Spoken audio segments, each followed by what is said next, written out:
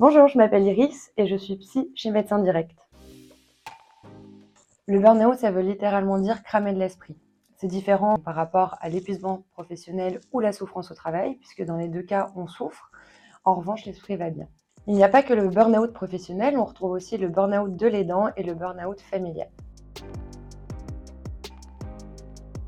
Si vous ressentez comme un vide intérieur lorsque vous effectuez votre travail, cela doit vous alerter. Également, un certain détachement, une certaine démotivation, par exemple du cynisme ou un sentiment de frustration vis-à-vis du travail, ainsi qu'un manque de concentration.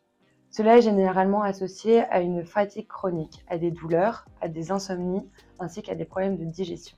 Vous aurez tendance socialement à vous isoler et à également peut-être être plus agressif dans vos rapports avec les autres. Ceux-ci ne sont pas à prendre à la légère.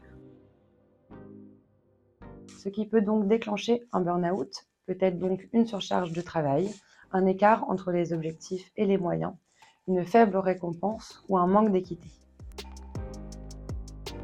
Le burn-out est souvent confondu avec la dépression alors que les signes sont diamétralement opposés et qu'on ne les soigne pas du tout de la même manière.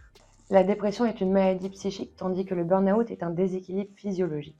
Avec le burn-out, vous identifierez un point d'arrêt. Vous aurez peut-être un jour la sensation d'exploser et de vous prendre un mur. Avec le burn-out, vous identifierez clairement la cause, alors que dans la dépression, parfois, ça peut être plus flou. Déjà, reposez-vous. Prenez du temps pour vous, déculpabilisez-vous et surtout ne vous fixez pas d'objectifs. Puis parlez-en. Parlez à un pouvoir de guérison trop souvent sous-estimé.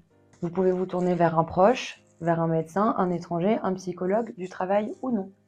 Si cela est nécessaire, vous pouvez donc consulter votre médecin traitant et faire un arrêt, minimum 1 mois en général, et vous ne pourrez pas être licencié pour cela. Vous éloigner de votre quotidien professionnel vous permettra de prendre soin de vous, d'éliminer les tensions accumulées, mais également de trouver des solutions durables et pérennes pour le futur.